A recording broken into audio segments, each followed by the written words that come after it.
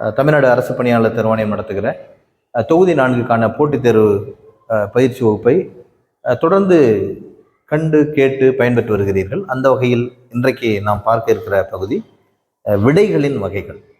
ஏற்கனவே நாம் வினாக்களின் வகைகளை பற்றி பார்த்துருக்கோம். இப்போ வந்து விடைகளின் வகைகளை பற்றி பார்க்கிறோம். விடை அப்படிங்கிறதுக்கு இன்னொரு பேர் வந்து இறை அப்படின்றது. இறைனா கடவுள் சொல்லுவோம்ல, அதே மாதிரி இறை அப்படின்னு பேர். விடை வந்து 8 வகைப்படும். விடை வகைகள் வந்து 8. வினா வகைகள் நம்ம எத்தனை பார்த்தோம்? 6 பார்த்தோம். விடை வகைகள் வந்து 8. முதல்ல வந்து சுட்டு விடை அப்படின்னு ஒன்று பார்க்கலாம். என்ன விடை? சுட்டு விடை. அப்புறம் வந்து மறை விடை,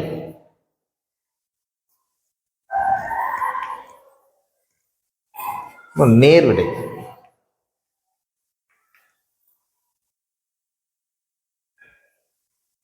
ஏவல் விடை,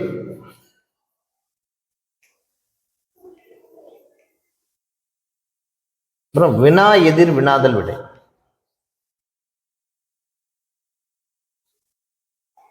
வினா எதிர் வினாதல்,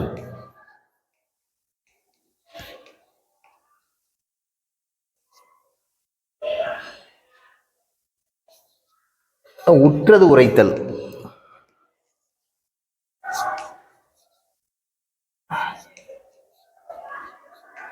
உற்றது உரைத்தல் விடை.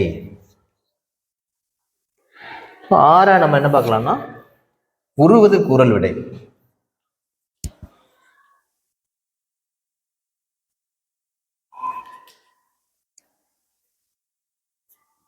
உற்றது உரைத்தல், உருவது கூறல், இனமொழி விடை.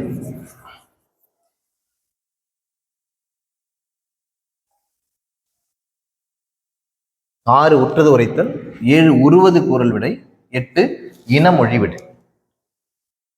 ஸோ விடை வகைகள் 8 நம்ம பார்த்துருக்குறோம். சுட்டு விடை, மறைவிடை, நேர்விடை, ஏவல் விடை, வினா எதிர் வினாதல் விடை, உற்றது உரைத்தல் விடை, உருவது கூறல் விடை, இனமொழி விடை. வினா வந்து 6, விடை வந்து 8 பார்க்குறோம் நம்ம. ஸோ முதல்ல வந்து சுட்டு விடை. சுட்டு அப்படின்னாலே தெரியும் உங்களுக்கு, சுட்டு விரல் அப்படிம்பாங்க, சுட்டு எழுத்துக்கள் அப்படிம்பாங்க, அ இ ஊவ. ஸோ சுட்டு விடை அப்படின்னா என்ன? இது ஆள்காட்டி விரல் அப்படி கூட பேரு. சுட்டு விரல், ஒன்றை சுட்டி காட்டுவதற்கான விரல். விடையும் அப்படிதான். என்ன வரையறை சொல்லலாம்? ஒன்றை சுட்டி காட்டி விடை கூறுவது சுட்டு விடை. எடுத்துக்காட்டு என்ன சொல்லலாம்னா, காவல் நிலையத்திற்கு வழி யாது என கேட்பதற்கு இது என சுட்டிக்காட்டி விடையளிப்பது. அஞ்சல் நிலையத்திற்கு வழி யாது என கேட்பதற்கு இது என சுட்டிக்காட்டி விடையளிப்பது. சுட்டு விடைன்னா சுட்டி காட்டுறது. பட்டுக்கோட்டைக்கு வழியாது இது என சுட்டி காட்டுவது. ஒன்றை வினவப்படுகிற வினாவுக்கு ஒன்றை சுட்டி காட்டி விடையளிப்பது சுட்டு விடை.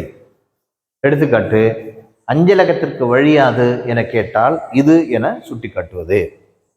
அடுத்து நம்ம நேர் விடையை பார்த்துட்டு மறைக்கு வரலாம். வினவப்படுகிற வினாவுக்கு நேரடியாக விடையளிப்பது நேர்விடை. கடைக்கு செல்வாயா அப்படின்னு கேட்குறாங்க, செல்வேன் அப்படின்னு சொன்னா நேர்விடை. இன்று நீ பாடம் படிப்பாயா? படிப்பேன் அப்படின்னு சொன்னா நேர்விடைன்னு பேர். வினவப்படுகிற வினாவுக்கு நேரடியாக பதிலளிப்பது.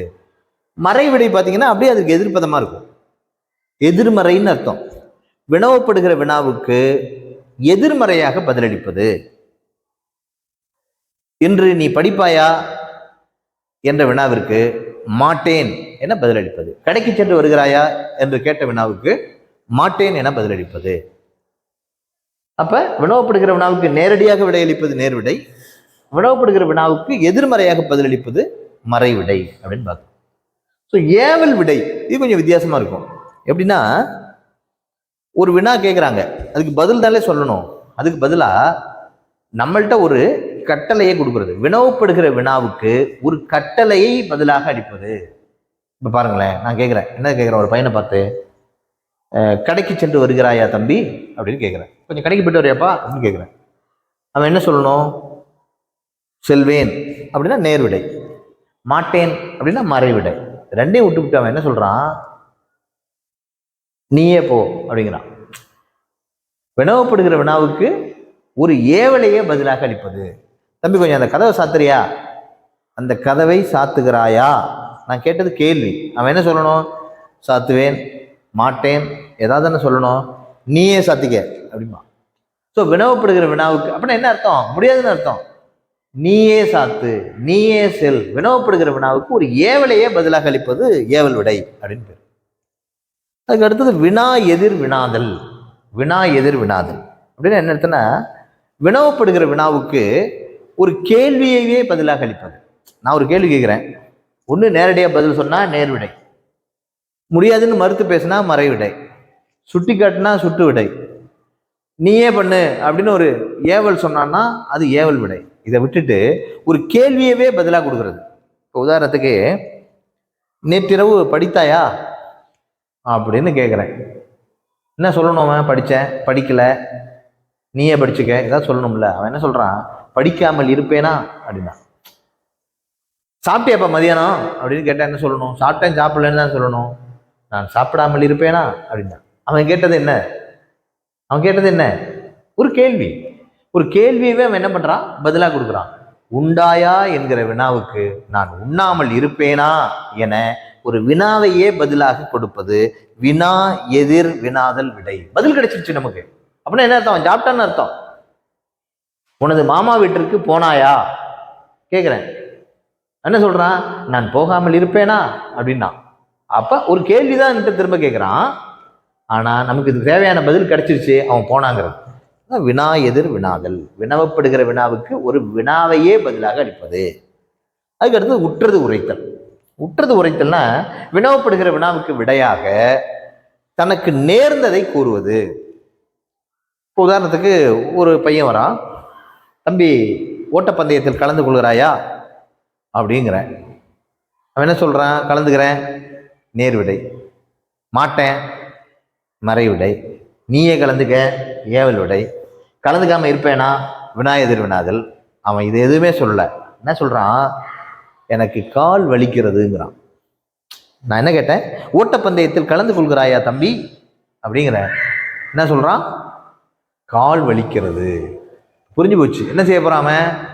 கலந்துக்க போறது இல்லை அப்படின்னு தெரிஞ்சு போச்சு. ஓட்டப்பந்தயத்தில் கலந்து கொள்கிறாயா தம்பி என்கிற வினாவுக்கு கால் வலிக்கிறது, தனக்கு நேர்ந்ததை, தனக்கு நேர்ந்ததை. தம்பி சாப்பிடுகிறாயா? வயிறு வலிக்கிறது. என்ன அர்த்தம்? சாப்பிட மாட்டான்னு அர்த்தம். தனக்கு நேர்ந்ததை விடையாக கூறுவது. கால் வலிக்கிறது, கை வயிறு வலித்தது. நேற்றிரவு படித்தாயா? கண் வலித்தது அப்படிங்கிறான். தனக்கு நேர்ந்ததை விடையாக கூறுவது. இதுதான் உற்றது உரைத்தல். தனக்கு நேர்ந்ததை விடையாக கூறுவது. இது உருவது கூறலும் அப்படிதான். இதுக்கும் அதுக்கும் என்ன வேறுபாடு அப்படின்னா, இது தனக்கு நேர்ந்ததை விடையாக கூறுவது உற்றது உரைத்தல்.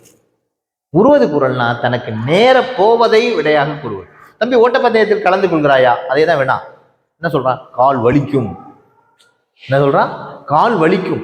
இனி நேர போவதை ஒரு பதிலாக கூறுவது உருவது குரல். தம்பி இந்த கம்பங்கூழை குடிக்கிறாயா அப்படின்னு நல்ல எண்ணத்துல சொல்றேன். அவன் சொல்றான், எனக்கு வயிற்றுக்கு வலிக்கும், வயிறு வலிக்கும், வயிறு உப்பிக்கொள்ளும். இது மாதிரி ஏதாவது ஒரு பதில். தனக்கு நேர போவதை, இனி நடக்க போவதை பதிலாக கூறுவது உருவது குரல். இது புரிஞ்சிருக்கும்னு நினைக்கிறேன். ரெண்டு ஒண்ணுதான். உற்றது உரைத்தல்னா தனக்கு நேர்ந்தது, கால் வலிச்சது. இது கால் வலிக்கும்னு சொல்றது. இனமொழி விடைன்னா ஒன்றும் இல்லை, வினவப்படுகிற வினாவுக்கு இனமான ஒன்றை விடையாக கூறுவது. ஒரு பாப்பா வருது, நான் கேட்குறேன், அம்மா நல்லா பாடுவியா அப்படின்னு கேட்குறேன். அந்த பிள்ளை சொல்லுது, நல்லா ஆடுவேன் சார் அப்படிங்க. தம்பி ஃபுட்பால் விளையாடுவாயா, கால்பந்து விளையாடுவாயா அப்படின்னு கேட்குறேன். இல்லை சார், நான் வாலிபால் விளையாடுவேன் சார், கைப்பந்து விளையாடுவேன் அப்படிங்கிறான். அவனுக்கு நான் கேட்குற வினாவுக்கு விடை சொல்கிறான் அவன். அந்த பாப்பா சொல்லுது, என்னது பாடுவாயான்னு கேட்டால் அது பாடாது. என்ன சொல்லுது? நான் பாட மாட்டேன், பாடுவேன், நீயே பாடிக்க, இப்படிலாம் சொல்லலை. பாப்பா நீ நன்றாக பாடுவாயா? ஐயா நான் நன்றாக ஆடுவேன் அப்படிங்குது.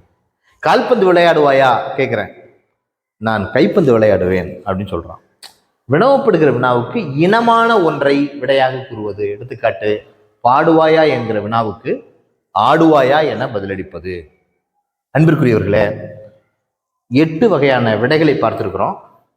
இதுல நேரடியாக விடை சொல்வது என்னென்னு பாருங்க.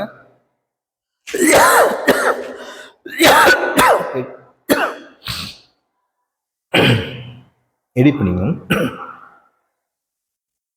நேரடியாக விடை சொல்வது, இந்த 8 வகையான விடைகளில் நேரடியாக விடை சொல்வது சுற்று விடை, மறை விடை, நேர் விடை. இந்த மூணும் பார்த்தீங்கன்னா நேரடியாக சுட்டி காட்டுது, எதிர்மறையாக பதில் சொல்லுது, நேரடியாக பதில் சொல்லுது. இந்த மூணும் நேரடியாக பதில் சொல்லும். இந்த ஏவல் விடை என்ன பண்ணும்னா மறைமுகமாக பதில் சொல்லும். படிப்பியா, நீயே படி. அப்படின்னா என்ன அர்த்தம்? மறைமுகமாக சொல்லுது, படிக்க மாட்டேன்னு. வினா எதிர் வினாதல், படிக்காம இருப்பேனா, கண் வலித்தது, கண்ணு வலிக்கும், படிப்பியா, நல்லா நடிப்பேன், இல்லாட்டியும் பாடுவேன், நல்லா தூங்குவேன். இது மாதிரி இனமான ஒன்றை சொல்வது. இந்த மூணும் நேரடியாக விடை சொல்வது. இந்த 5ம் விடையை மறைமுகமாக பெற வைக்கிறது. அதனால இந்த 3 என்ன சொல்றாங்கன்னா செவ்வன் இறை அப்படிங்கிறாங்க. செவ்வன் இறைன்னு தெளிவாக பதிலளிக்கக்கூடிய விடைகள். இந்த 5ஐயும் என்ன சொல்றாங்கன்னா இறை பயப்பன, அதாவது விடையை கொண்டு வருவனங்கிறாங்க. செவ்வன் இறைனா தெளிவாக விடையை குறிப்பிடுவது, இறை பயப்பனன்னா மறைமுகமாக விடையை பெற வைப்பது. மறைமுகமாக விடையை பெற வைக்கக்கூடிய விடைகள் என்னென்னா ஏவல் விடை, வினா எதிர் வினாதல் விடை, உற்றது உரைத்தல் விடை, உருவது குரல் விடை, இனமொழி விடை. அன்பிற்குரியவர்களே, வினாக்களைப் போலவே விடை பகுதியிலும் மிகச்சிறப்பான தெளிவான ஒரு அணுகுமுறையோடு நாம் தேர்வை கையாண்டால் முழு மதிப்பெண்களை பெற முடியும். வணக்கம், நன்றி.